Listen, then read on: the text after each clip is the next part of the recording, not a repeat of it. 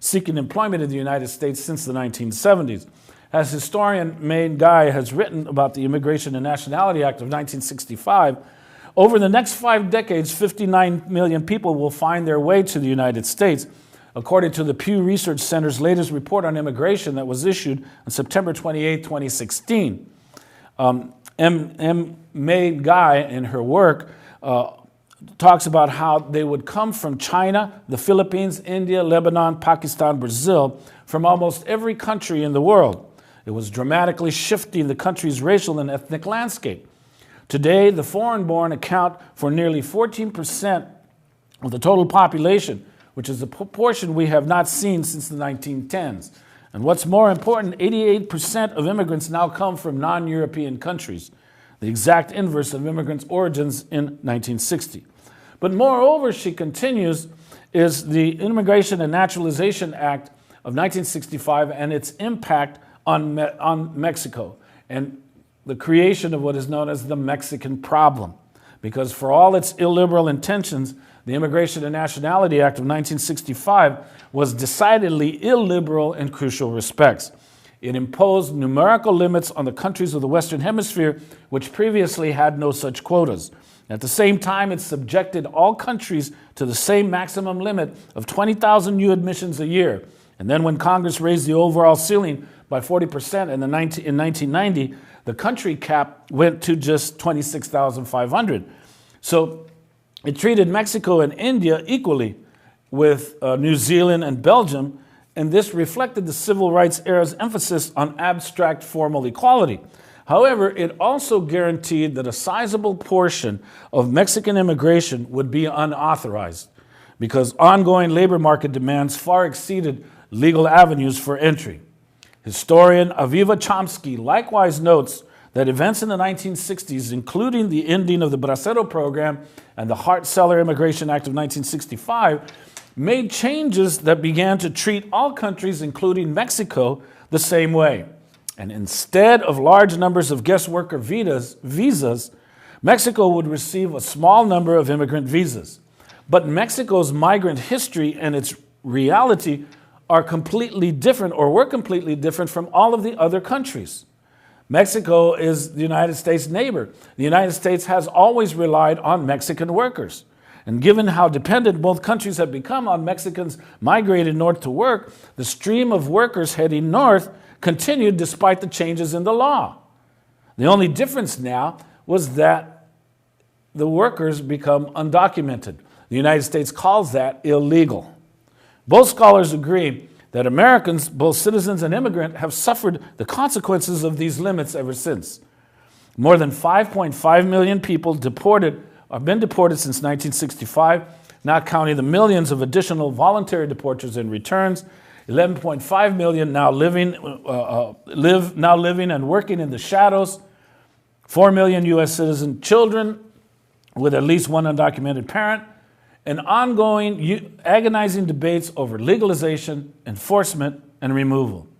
May Nye argues that indeed the Trump administration argues that unauthorized migration is rooted in Mexico sending us the wrong kind of people.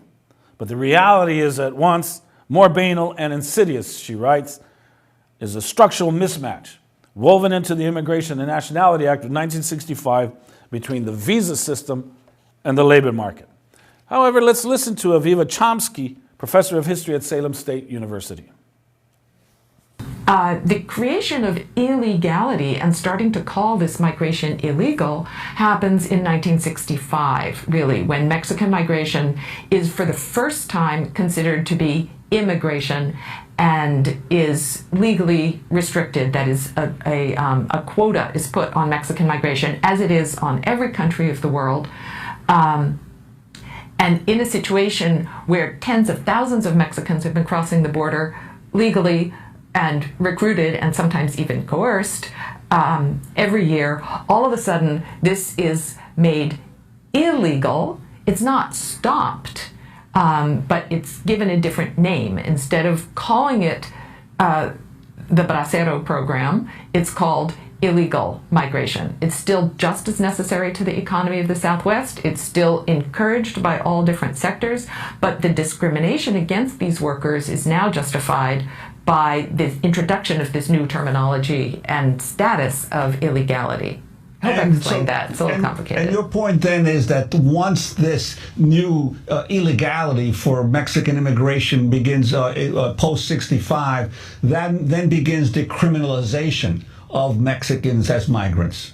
And you draw the parallel in your book with Michelle Alexander's book on mass incarceration and how the racialization that occurs. And she describes in her book the new Jim Crow, mass incarceration in the age of colorblindness. This is Alexander speaking on Democracy Now! I think we've become blind in this country to the ways in which we've managed to reinvent a caste-like system here in the United States, one that functions in a manner that is as oppressive in many respects as the one that existed in South Africa under apartheid and that existed under Jim Crow here in the United States. Although our rules and laws are now officially colorblind, they operate to discriminate in a grossly disproportionate fashion. Through the war on drugs and the Get Tough movement, millions of poor people, overwhelmingly poor people of color, have been swept into our nation's prisons and jails, branded criminals and felons, primarily for nonviolent and drug-related crimes, the very sorts of crimes that occur with roughly equal frequency in middle-class white neighborhoods and in college campuses, but go largely ignored. Branded criminals and felons, and then are ushered into a permanent second-class status where they're stripped of the many rights supposedly won in the civil rights movement, like the right to vote, the right to serve on juries, and the right to be free of legal discrimination in employment, housing, access to education, and public benefits. So, Avi Chomsky, you draw similar parallels in terms of the criminalization of Mexicans. Could you elaborate? Mm-hmm.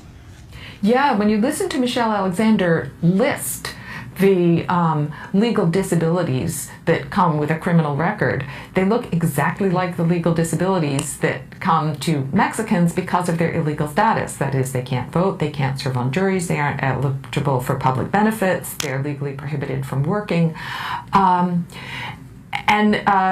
When I read Michelle Alexander's book and heard her speak about this, I thought there's a real parallel here. And one part of the parallel is that the dismantling of the Jim Crow regime as a result of popular mobilization in the civil rights movement goes along with a dismantling of the regime of legalized discrimination against Mexicans embodied in the Bracero program. That is the idea that we can actually step up and say outright that this is what we're doing. We are going to bring in Mexican workers and discriminate against them just because they're Mexicans.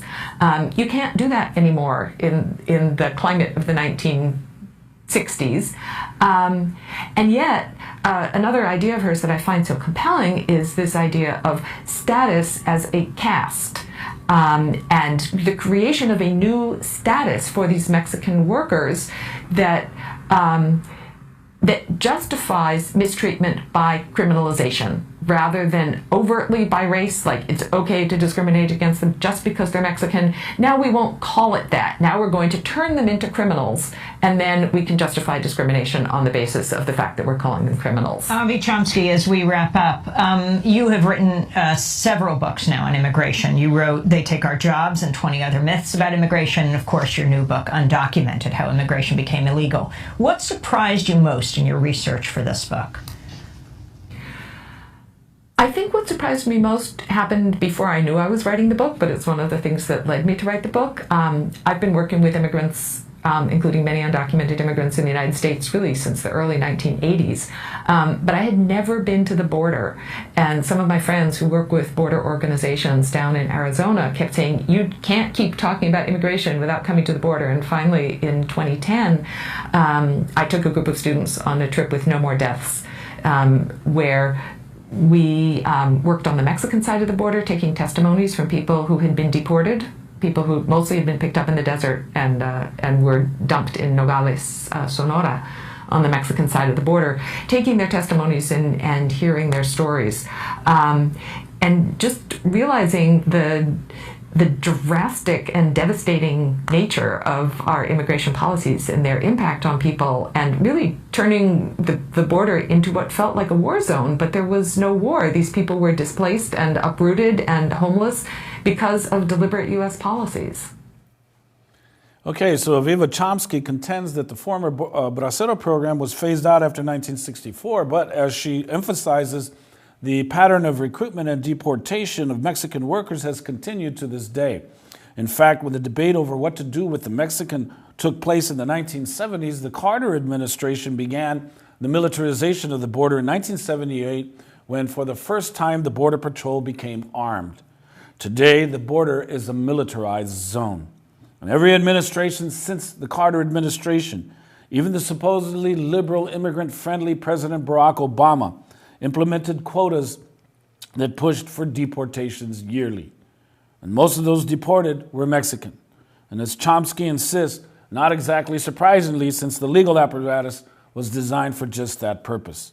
The only thing that was new, that was stated rationale, is now that they have been assigned a status, quote unquote, illegal or undocumented.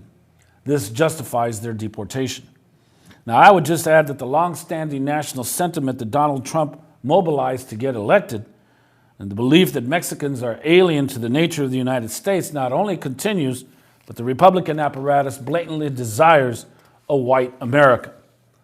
Now,